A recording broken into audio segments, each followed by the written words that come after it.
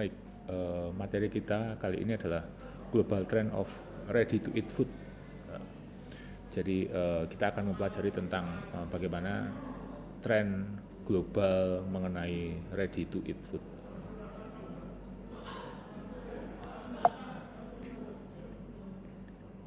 Nah, sebagai awalan supaya tidak bingung nantinya, itu kita membedakan ready to eat food itu jadi dua ya, jadi dua topik besar yang mungkin nanti bisa bisa kemudian saling overlap gitu ya, saling overlap gitu. Yang pertama kita bedakan menjadi fast food ya, yang kita kenal itu fast food, dan yang kedua itu adalah ready to eat. Ready to eat jadi meal gitu ya, ready to eat meal jadi makanan yang memang siap saji. Yang satunya adalah fast food.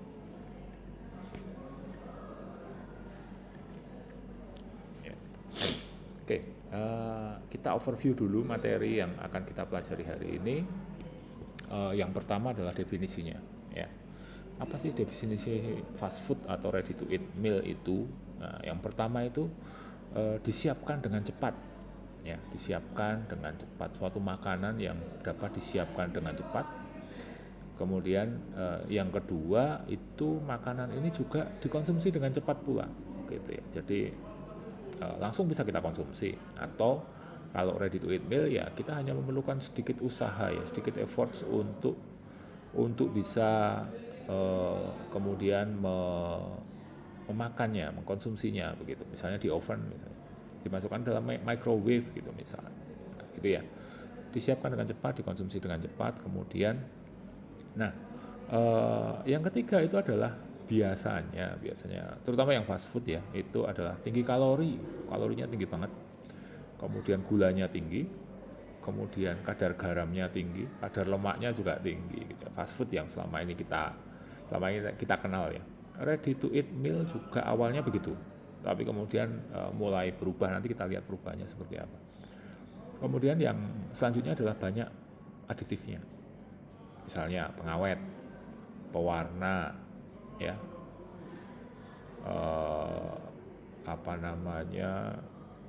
ingredients tambahan lain ya.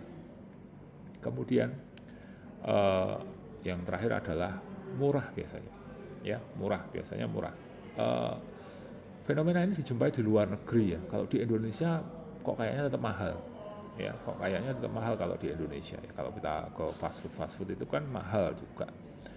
Tapi kalau di luar itu murah gitu. Pengalaman saya McDonald's di Jerman waktu itu ya hanya 1 euro udah dapat gitu. Dengan gaji saya sekian ribu gitu, dapat 1,5 euro udah dapat, 1,5 euro udah dapat, itu kan murah banget. Nggak tahu kalau di Indonesia kok kemudian ini masih menjadi sesuatu yang mahal gitu. Kemudian yang kedua adalah karakteristik ya. Karakteristiknya seperti apa? Yang pertama, penyajian sangat cepat ya, mirip definisi tadi ya. Penyajian kan cepat banget, kita nggak pernah lagi nunggu lama, nggak perlu lagi masak istilahnya gitu ya, cepat banget. Kemudian yang kedua itu adalah kualitasnya sama di hampir semua tempat, mau yang cabang A, cabang B, cabang C, cabang D, di kota yang sama, di kota yang beda, di negara yang beda, itu kualitasnya sama, kualitasnya bagus ya, kualitasnya bagus ya. Hanya kemudian ada penyesuaian ya, taste-nya kemudian disesuaikan begitu ya, tetapi standar kualitasnya itu sama gitu ya. Kemudian menu dan metode penyiapannya itu standar ya, ada standarisasi. Nah, ini salah satu yang bisa kita contoh sih dari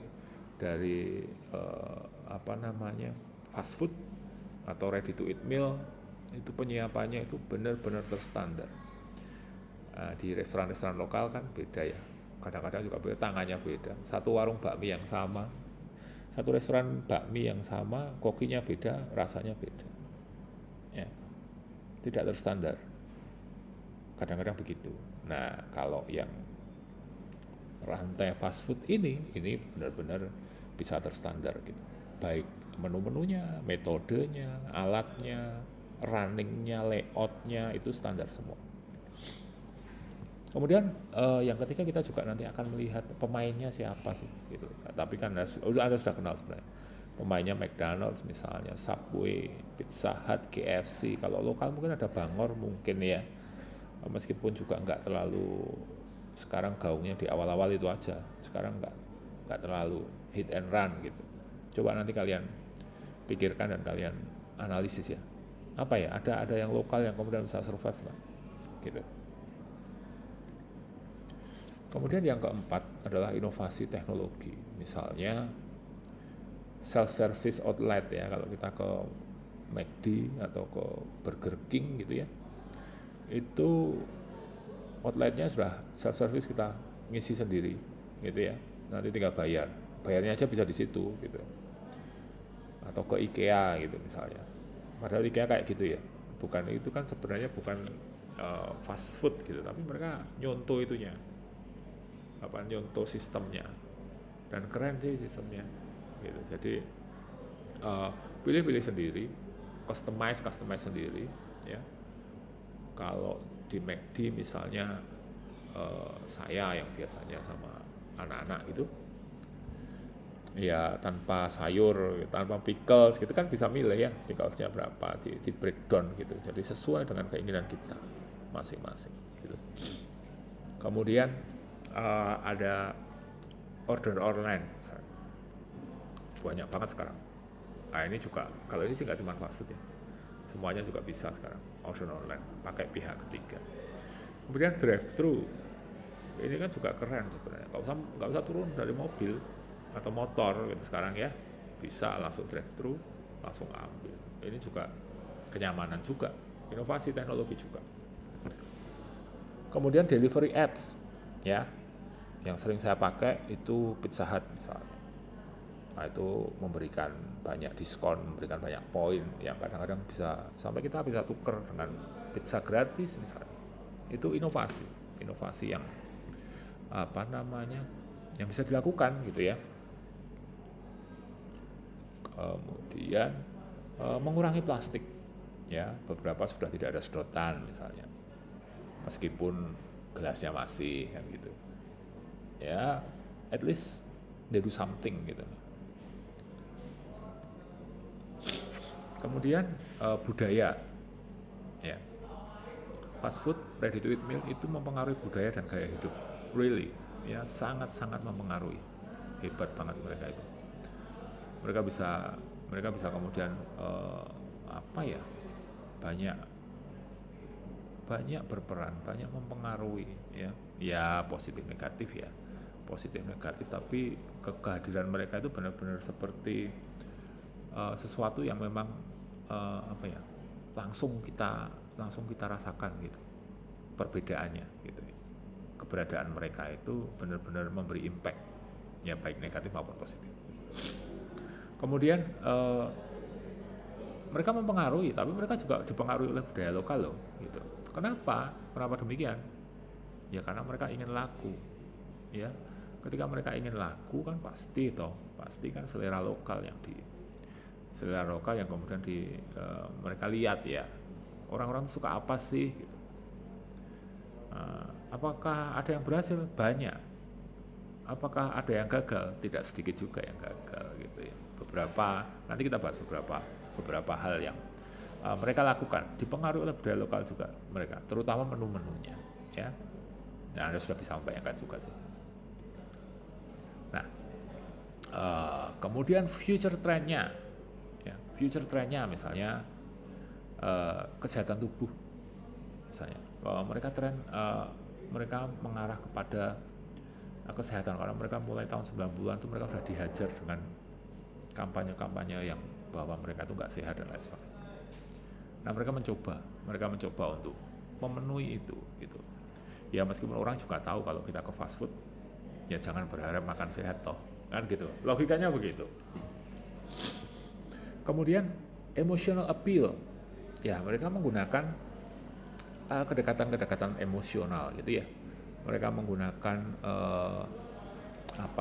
slogan-slogan yang kedekatan, misalnya contohnya McDonald's misalnya, I'm loving it, aku suka gitu. Kemudian eh, ada Ronald McDonald's yang ramah anak itu misalnya, mereka pakai yang kayak gitu. Kemudian misalnya ada paket-paket yang family, kalau dihitung itu murah banget loh kalau memang kita cocok untuk, maksudnya dengan kebutuhan kita kemudian kita cocok itu, kalau kita combo family misalnya kayak gitu bisa murah, lebih murah itu ya. Itu contohnya. Sorry, agak tidak enak ininya suara saya. Kemudian mereka juga concern dengan isu-isu sustainability ya, jadi diajar habis-habisan dengan macam-macam ya, maka mereka mencoba mengarahkan tren itu ke arah yang positif, pencitraan lah gitu. Tapi ya nggak apa-apa ketika pencitraan itu bagus, dalam hal yang bagus ya it's okay gitu ya. Baik,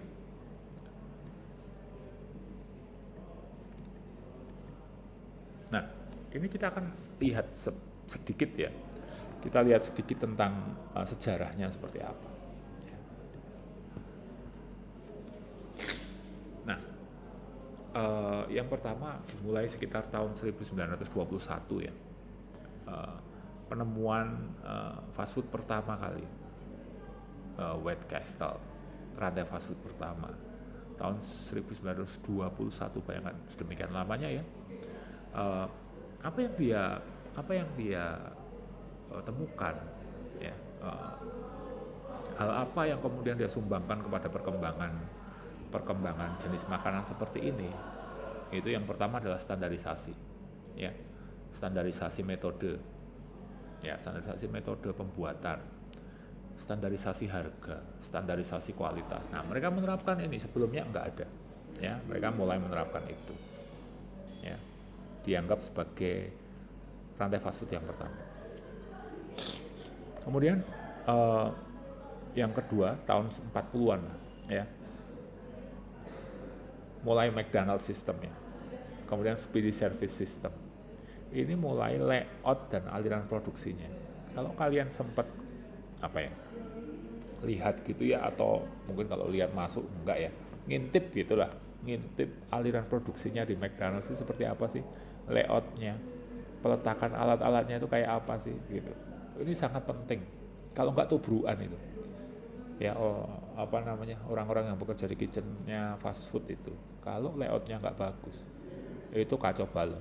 Kenapa demikian? Karena tempatnya sempit loh ya, tempatnya sempit dengan alat-alat yang sedemikian banyak ya, maksudnya canggih-canggih ya. Kalau kita nggak layouting itu dengan benar, kacau, apalagi ordernya banyak. Nah, seperti itu.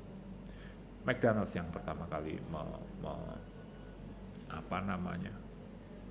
mengatur itu ya, layouting fast food itu kayak apa sih gitu.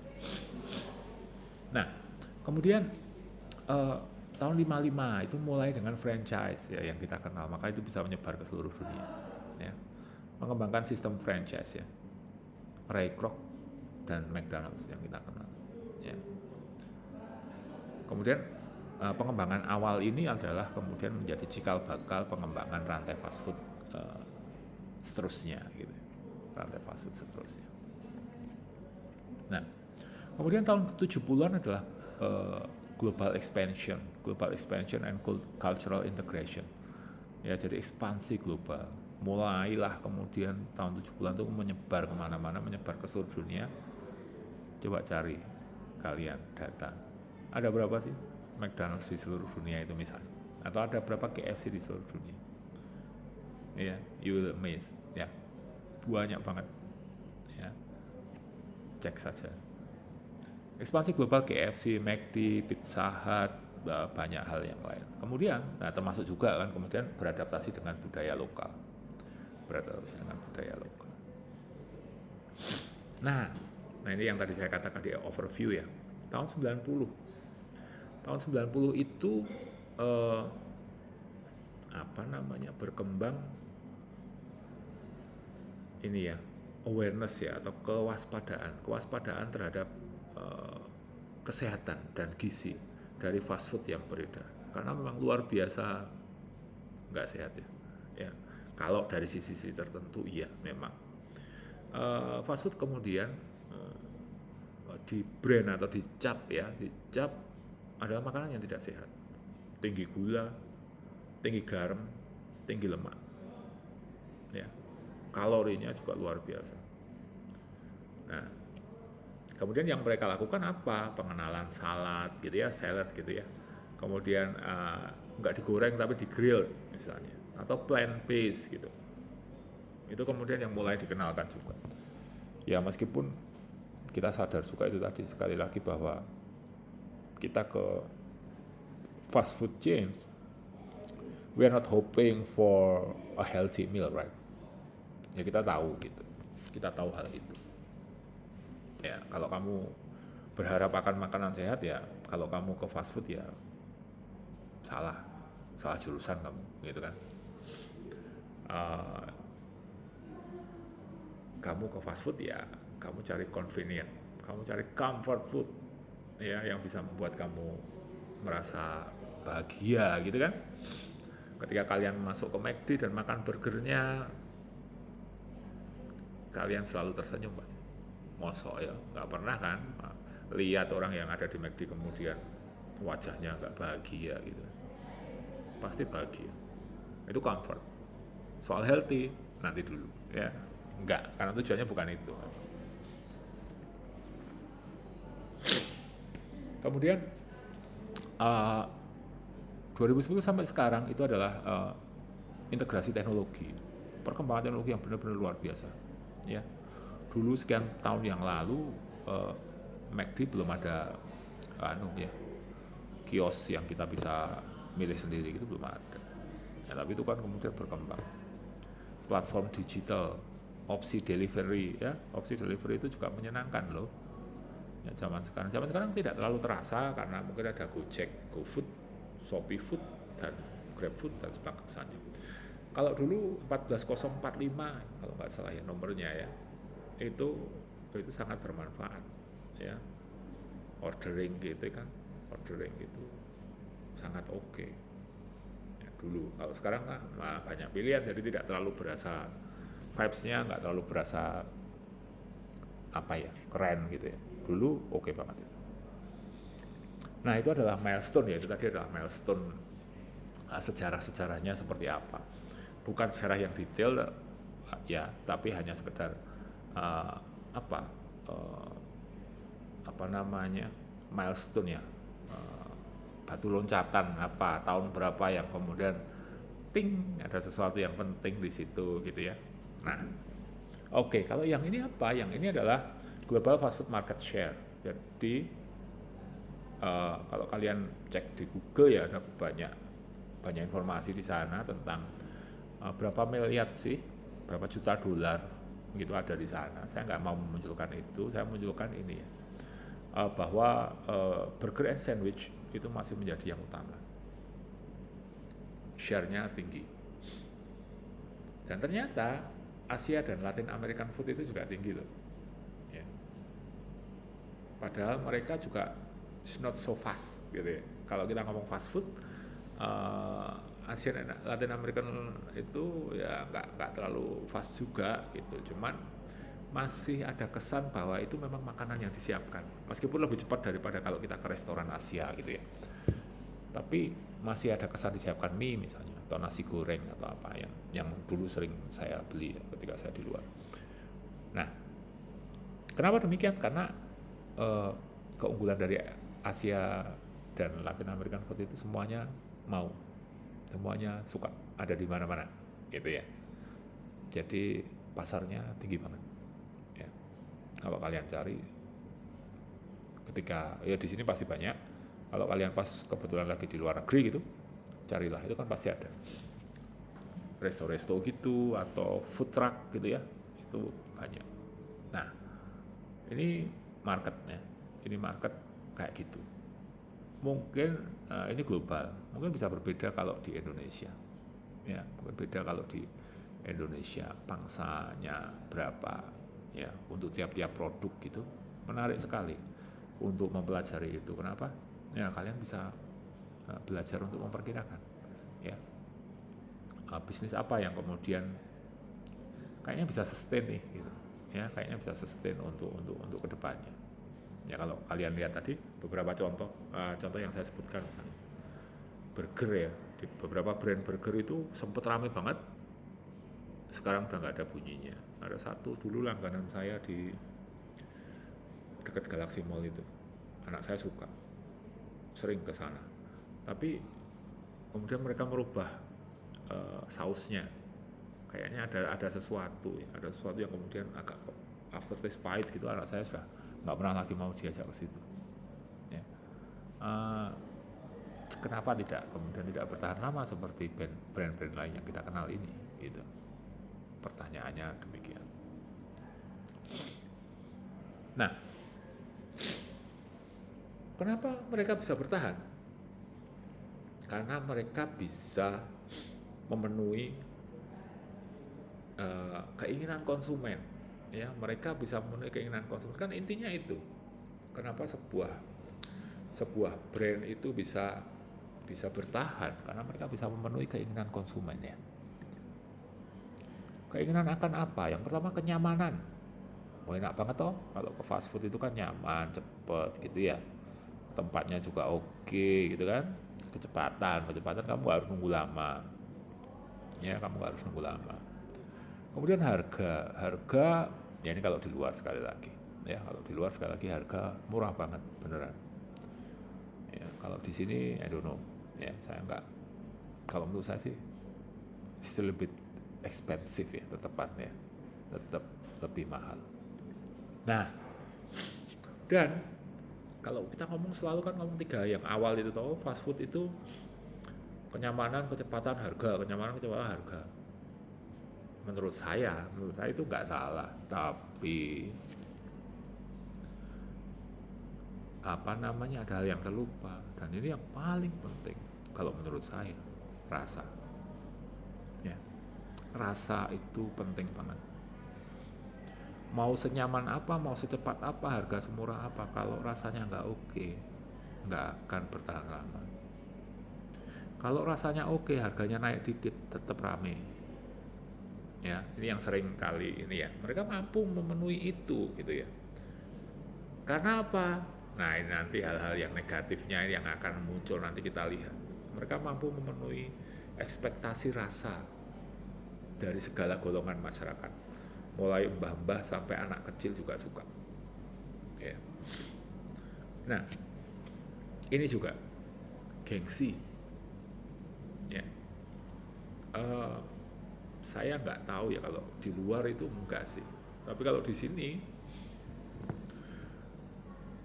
ini iya menjadi salah satu faktor pertimbangan gitu ya. Misalnya ulang tahun anak saya gitu misalnya. Tapi anak saya enggak sih. Ulang tahun temennya anak saya gitu. Pizza Hut atau McD datang ke tempatnya merayakan ultah di situ, atau Burger King atau KFC. Karena ada tempat untuk melangsungkan ulang tahun.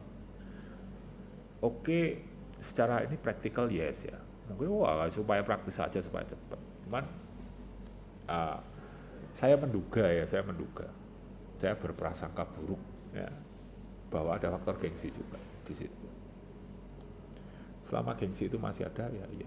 Tapi kalau di luar, sekali lagi kalau di luar enggak, makanan murah banget kok ini. Makanya agak beda ketika itu penjelasan atau pertimbangan ketika kita ngomong tentang luar negeri dan kita ngomong tentang dalam negeri, lebih different ya. Ada hal yang berbeda, dan ini juga yang harus disadari ketika misalnya kalian ke luar negeri, kemudian kalian memperoleh ide sesuatu, mengembangkan, dapat produk apa gitu, kalian ke Taiwan gitu, dapat ide produk apa, oh ini keren banget gitu, belum tentu loh di sini juga oke. Nah itu yang harus dipertimbangkan juga ya. Nah kemudian dia berhasil untuk menyasar semua golongan ya, jadi mulai dari tua sampai muda ya senang semua ya, karena semua faktor ini terpenuhi. Hebatnya semua faktor ini terpenuhi, luar biasa. Nah, siapa sih pemainnya? Pizza Hut misalnya, Starbucks misalnya, Domino's, KFC, Subway, ya kan, McDonald's tentunya, Dunkin', Burger King, dan masih banyak lagi. Dan nyelip satu, ya, yang sekarang jaya, yang sekarang masih bisa bersaing ya, Ceko, ya, masih bisa bersaing. Coba mungkin kalian punya ide atau punya informasi yang lain, mana lagi ya, lokali ada nggak ya, gitu ya, yang kemudian bisa menyaingi lah paling enggak ya, bisa menyaingi ini. Oh, Hisana misalnya, Hisana lumayan tuh, Hisana agak banyak kan. Atau Rocket Chicken kalau di Jogja dan sekitarnya, Jawa Tengah dan sekitarnya.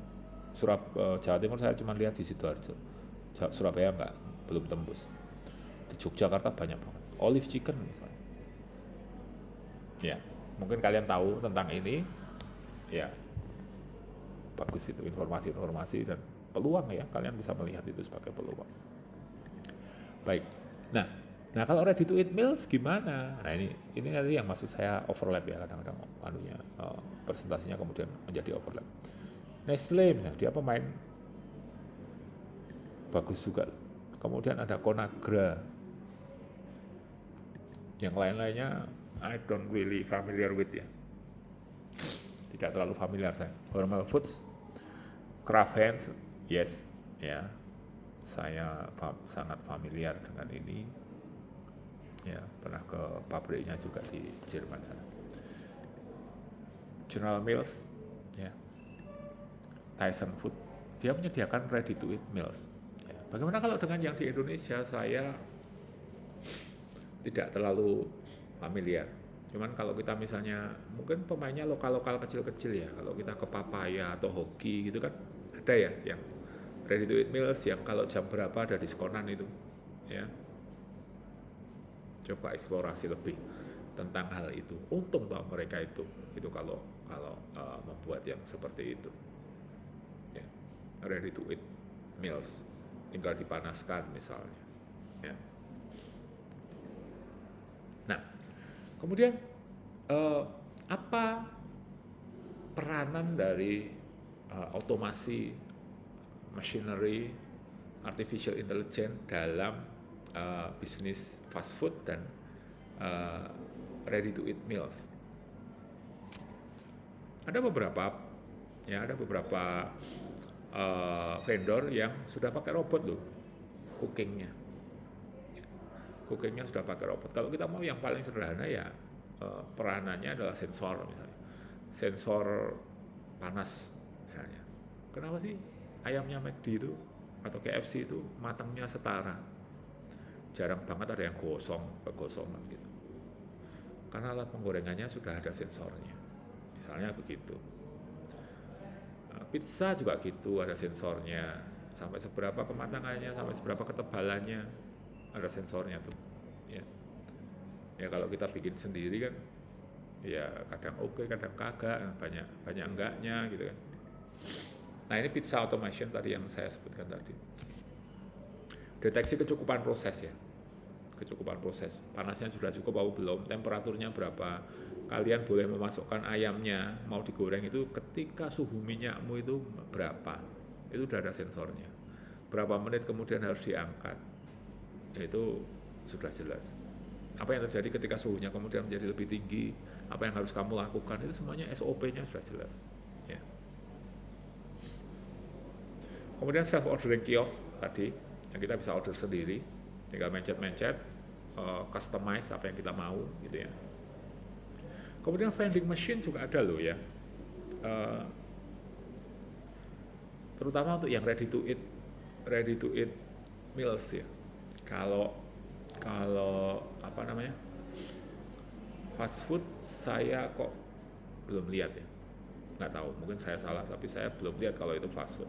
Tapi kalau itu ready to eat meal ya saya pernah lihat ya, di luar ya. Kalau di sini belum ya. Kalau di luar ya, kalau mau pesan apa gitu ya, misalnya baked potato with chicken misalnya gitu, ya itu sudah ada vending machine loh. Kayak kalau vending machine kan kalau yang kita kenal kan minuman-minuman itu. Kalau ini makanan ada, nanti tinggal masukkan microwave di rumah gitu. Jepang banyak banget, Taiwan ada, Jerman ya ada, ya. vending mesinnya itu. Makanya kan tantangannya kemudian, loh, mosok beneran Pak ready to eat meal? Iya. Umur simpannya gimana? Nah itu tantangannya, itu bagaimana kita menciptakan ready to eat meals yang bisa bertahan beberapa hari begitu, sehingga ketika orang membelinya di vending machine itu masih dalam kondisi yang bagus. Ya model-modelnya kayak kalau kita di pesawat ya, jarak jauh yang kita dapat makanan itu loh, yang panas itu loh, ya kan gitu. Model-modelnya kayak gitu. Ada yang kayak gitu, ya bisa jadi salah satu alternatif. Ya. Kemudian inovasi drive-thru, ya. Apa sih inovasinya kalau drive-thru? Ya cuma tinggal masuk, ngomong, dipeseni, ya. Ada yang begini, ketika drive-thru itu kan biasanya ada apa namanya, bukan layar ya, kayak advertorial board gitu ya, apa namanya, iklan gitu yang elektronik itu bisa berubah-ubah loh, sesuai dengan kondisi, tergantung dari setting dari McD ini mau kayak apa. Misalnya di hari yang panas banget gitu, yang hadir di situ sundae misalnya, ya, atau beberapa float gitu misalnya gitu ya, yang sering kali muncul di situ. Misalnya di hari yang lainnya, di hari yang dingin gitu misalnya, yang muncul kopinya, McCafe-nya, hot coffee gitu. Itu bisa diatur sesuai dengan apa yang diterapkan di restoran tersebut gitu. Sesuai dengan kondisi, sesuai dengan psikologis konsumennya. Ya. Macam-macam. Ketika itu anak-anak yang muncul happy meal, ding, gitu. Diatur misalnya, gitu, itu bisa. Ya. Dan itu pemanfaatan benar, ya. Automation dan artificial intelligence. Kemudian prediksi permintaan konsumen di musim-musim tertentu, ya, di musim-musim tertentu seperti apa begitu ya, itu bisa diprediksi.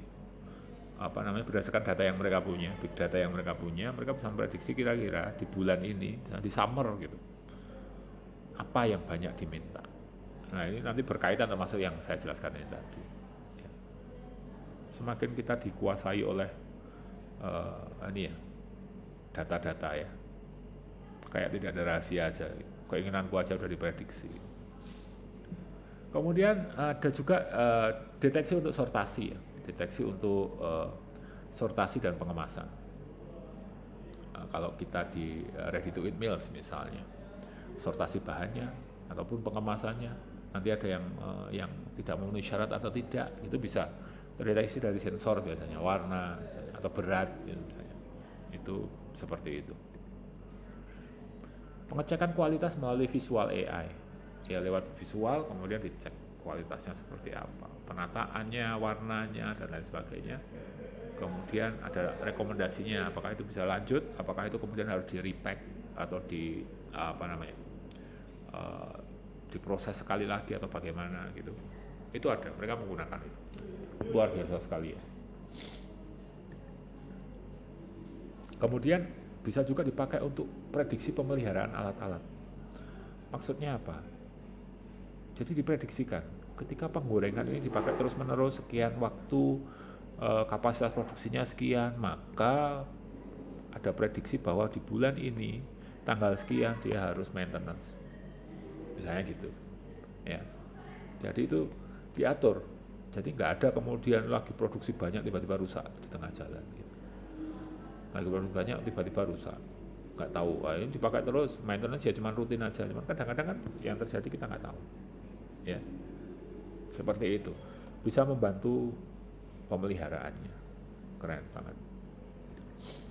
Nah, kita akan masuk ke kritisisme sekarang. Kritik terhadap fast food banyak banget, ya, banyak banget kritik terhadap fast food. Yang pertama, masalah kesehatan, yes, mau nggak mau, nggak ada yang ngomong bahwa si ABCD itu sehat, no, ya, enggak, ya memang sehat kok. Itu kan maksudnya ya tidak bisa memenuhi gizi seimbang kita gitu ya, tapi apakah itu nggak sehat kemudian kita makan terus langsung kita sakit, itu juga enggak juga gitu. Yang pertama, obesitas dan penyakit kronis. Yes, di Amerika banyak banget. Kalian bisa tonton di YouTube itu, United States Obesity, gitu. Lihatlah betapa luar biasanya. Ya, fast foodnya menguasai. Nah, yang paling berbahaya sebenarnya, ya nomor 1 ini itu adalah efek dari nomor 2, kecanduan. Kenapa? Ada istilah yang namanya hyper palatable. Palatable itu adalah kenikmatan makan. Kenikmatan mengkonsumsi makanan itu namanya palatable. Dan fast food itu dikategorikan sebagai hyper palatable. Keterlaluan enaknya. Oh, tapi saya nggak suka, Pak. Nggak cocok ke saya. Nah, itu kamu. Ini in general hyper palatable. Ya. Sangat-sangat berlebihan keenakannya. Kok bisa? Ya karena gula, garam, lemaknya tinggi. Kita juga menyadari, kita sebagai orang food tech, kita menyadari bahwa GGL itulah yang mengakibatkan makanan jadi enak, ya kan? Nah, mereka hyper. Pengaruhnya di mana? Kalori, hitung sendiri. Ya loh? Ya begitu. Namanya hyper palatable istilahnya. Kemudian ada masalah yang lain juga. Masalah lingkungan, carbon footprint misalnya. Limbah kemasan misalnya, ya. Ketenaga kerjaan juga iya. Saya nggak tahu kalau di sini, ini di luar negeri. Ketika saya di Jerman dulu, gaji kalau kita ke McD itu hanya 8 euro per jam. Dua akeh itu Pak, iya kalau dibandingkan dengan gaji sini ya banyak, tapi kalau di sana ya sedikit. Gaji itu 8. Kalau membersihkan rumah orang, nyapu dan lain sebagainya itu bisa 10 sampai 12. Ya. Gaji rendah, fasilitas minim. Eksploitasi tenaga kerja. Kemudian ada lagi masalah sosial budaya. Budaya makan makin tidak sehat. Yes, saya sangat membatasi. Anak saya sekarang, saya sukses untuk membatasi anak saya sekarang. Ya. Dulu agak nggak terkontrol. Ya, kalau sekarang ya cukuplah sebulan sekali. Dan mereka mau gitu. Dulu nggak terkontrol, bisa seminggu sekali atau 2 kali malahan gitu ya. Kemudian bergesernya budaya pangan lokal ya, budaya pangan lokal itu kemudian bergeser ya, ke arah budaya yang fast itu tadi. Nah kemudian persaingan usaha juga iya, mematikan usaha kecil, dianggap mematikan usaha kecil. Kalau di luar, iya. Kalau di sini segmentasinya kayaknya beda. Kalau di sini ya, kalau di Indonesia kayaknya segmentasinya beda. Nah, mereka pun menjawab kritik itu ya. Ya, pihak fast foodnya ya menjawab kritik itu, masalah kesehatan, mengurangi kalori. Mereka berusaha untuk mengurangi kalorinya. Kemudian transparansi kadar gizi. Maksudnya apa? Maksudnya mereka memberikan informasi bahwa let's say 1 buah burger ini kalorinya berapa, garamnya berapa, gulanya berapa. Ya. Seperti itu. Jadi transparansi. Juga mengurangi kalori juga. Kemudian mereka memunculkan menu-menu yang lumayan lah gitu ya. Yogurt misalnya. Kemudian salad misalnya. Kemudian buah-buah segar ya. Di Pizza Hut ada itu, ya. Mereka menunjukkan menu-menu itu, gitu loh. Nah, kemudian dulu Happy Meal itu porsinya gede, ya, lumayan lah, gede. Kan sekarang kecil, ya. Mereka menjawab masalah kesehatan itu supaya anak-anak juga nggak over kalori. Tapi di sisi lain mereka juga memperoleh keuntungan juga, karena ketika mengecilkan porsi itu ya artinya kan mereka juga bisa menjual dengan harga yang masih terjangkau gitu. Nah itu yang mereka jawab. Kemudian munculnya plant-based alternatif ya. Mereka mengganti dagingnya dengan tumbuh-tumbuhan gitu ya.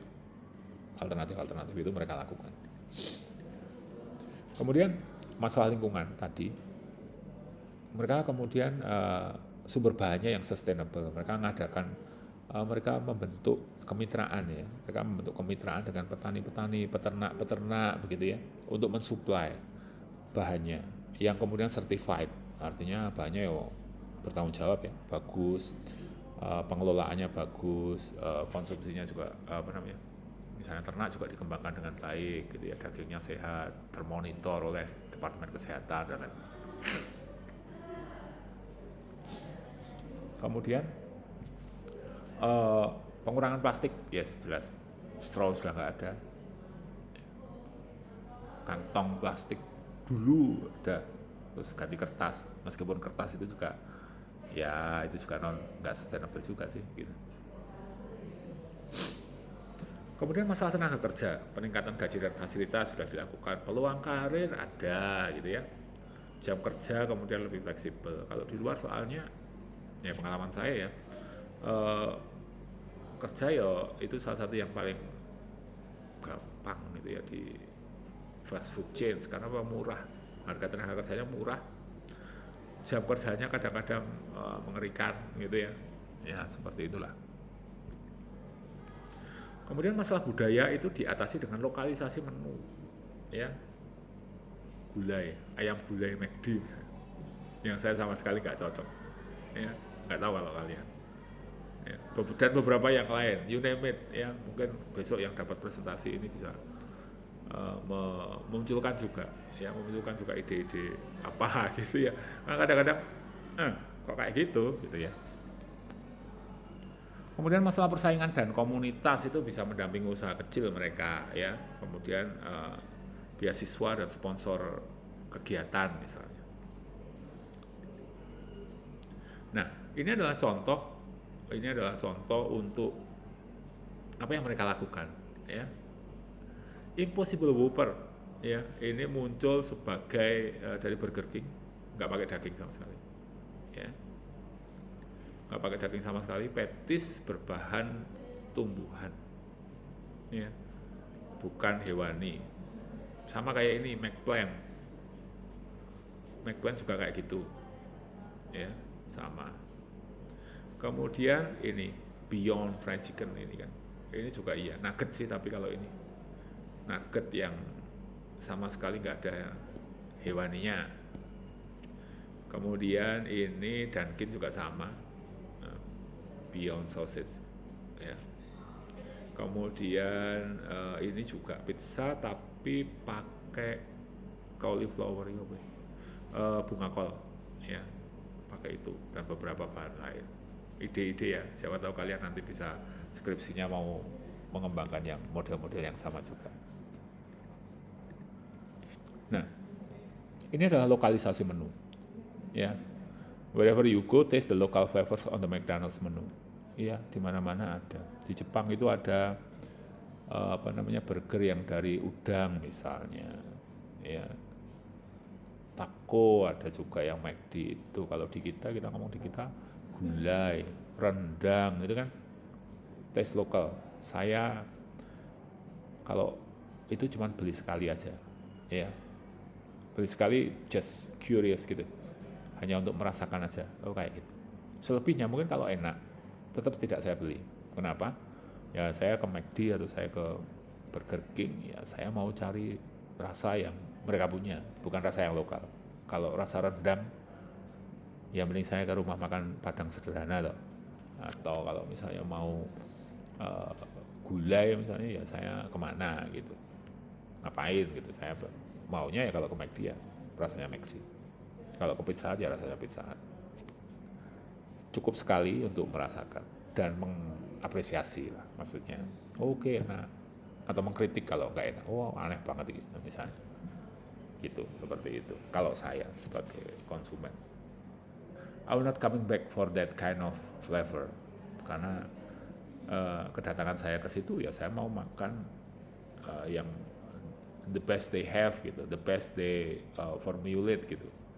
Dan yang benar yang pasti bukan yang lokalan itu pasti bukan the best yang mereka punya kalau saya.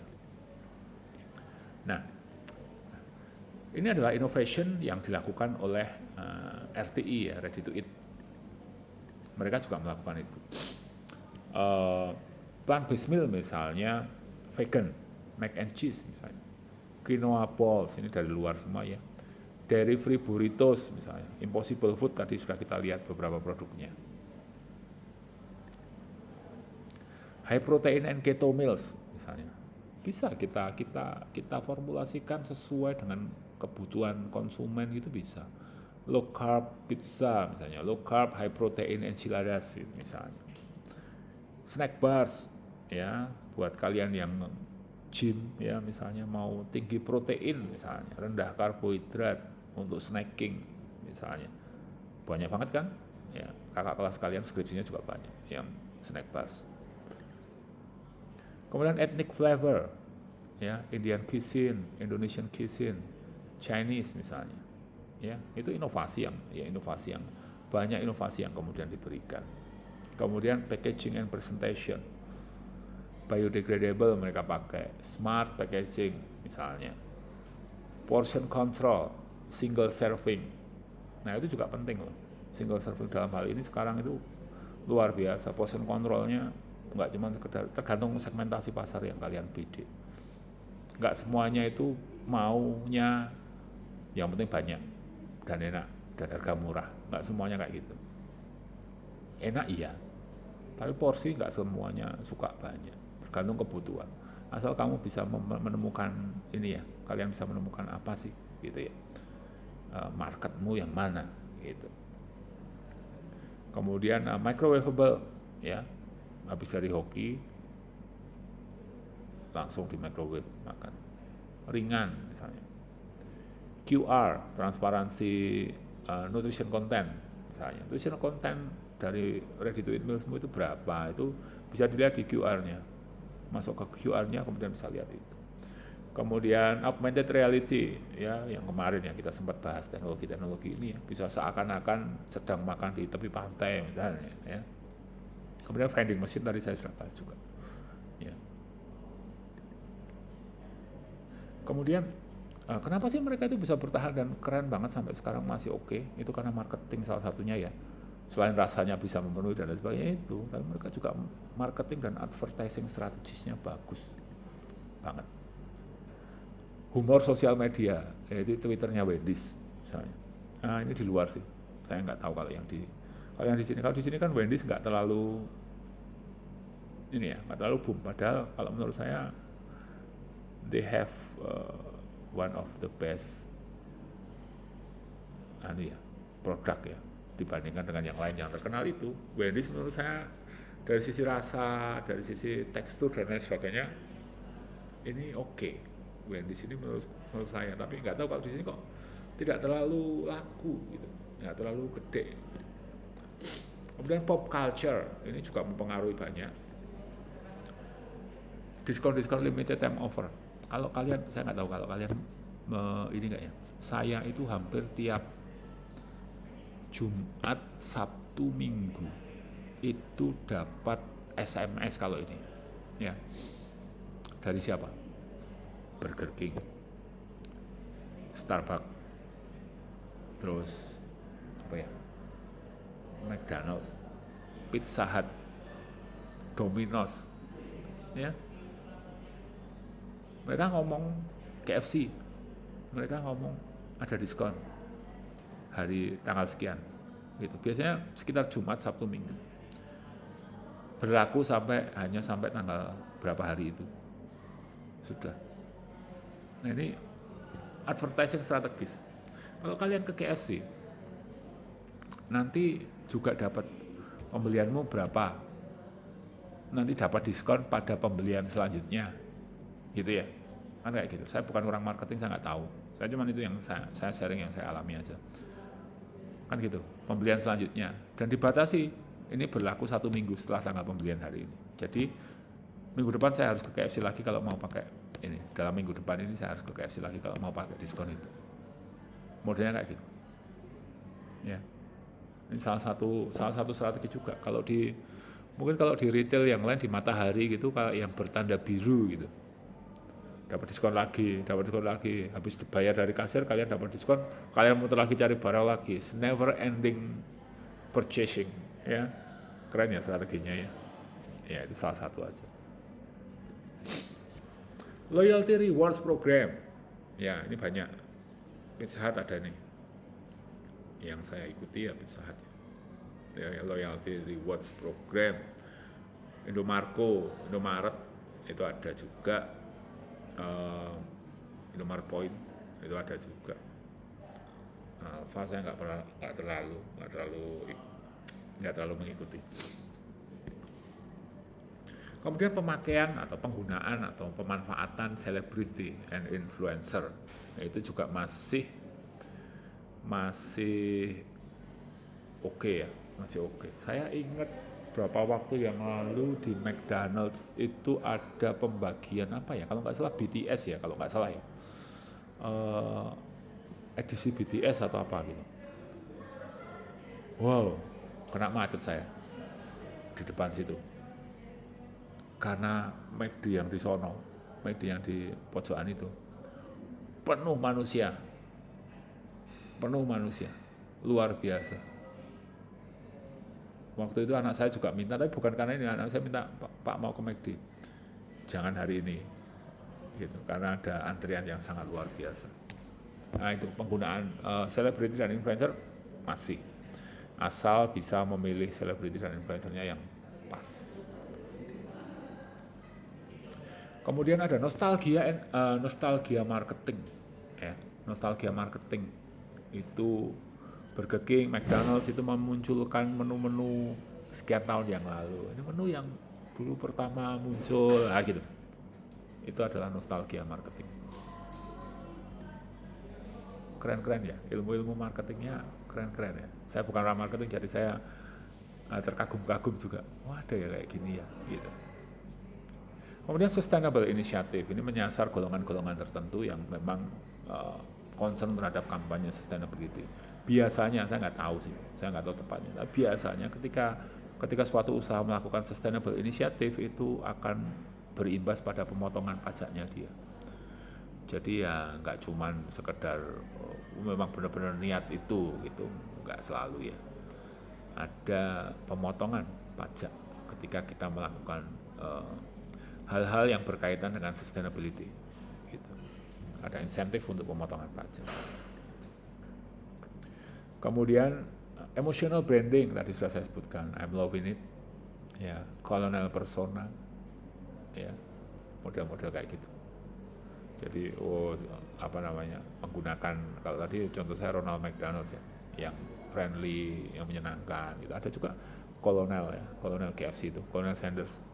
Nah itu yang dimunculkan sebagai sosok yang kebapaan yang akan memberikan kamu ayam yang sangat lezat gitu lah. Kemudian convenience marketing ya, jadi kamu duduk aja gitu aja wis di rumah atau dimanapun kamu duduk itu barangnya akan datang ke kamu, itu bisa, akan datang ke kalian gitu wis, bisa. Convenience, senyaman konsumennya mau seperti apa, gitu ya. Nah, ini adalah future outlook. Kedepannya akan seperti apa? Fast food dan ready to eat meals masih akan tumbuh pesat, ya. Kenapa? Karena fast food hyper palatability-nya memang benar-benar luar biasa. Ketika kamu udah kena pertama, ya wis, ya. Tingkat addicted-nya luar biasa sih, ya. Masih akan tumbuh. Selama generasi masih berganti, selama kita juga suka membawa keluarga kita ke situ, saya misalnya, anak saya gitu ya suka membawa ke situ ya. Nggak harus formal kalau ke restoran. Anak saya kalau di McD misalnya mau ribet apa gitu kan santai juga, nyaman loh itu buat orang tua gitu ya. Kemudian ready to eat gimana? Kalau ready to eat juga akan tumbuh, lebih kepada personalize ya. Konsumen itu pengennya apa gitu ya, lebih kepada personalize needs gitu ya. Kebutuhannya personal itu seperti apa. Inovasi akan menjadi semakin personal, vending machine misalnya, mau yang mana gitu. Customisasi order itu akan semakin luar biasa nantinya. Mungkin saya menduga nanti apa namanya, pizza gitu, kerasnya mau sekeras apa gitu, teksturnya kayak apa gitu, mungkin akan juga bisa dipersonalisasi mungkin di masa depan. Inovasi terarah pada keinginan konsumen pastinya, karena itu adalah jaminan untuk sustain, bisa memenuhi keinginan konsumen. Ya. Bergantung pada karakter konsumen tersebut seperti apa.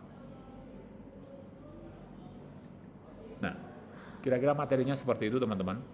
Jadi apa namanya, tentang tren yang fast food dan ready to eat meals ya. Semoga bisa bermanfaat dan bisa dimanfaatkan oleh teman-teman untuk membuka cakrawala kalian. Terima kasih.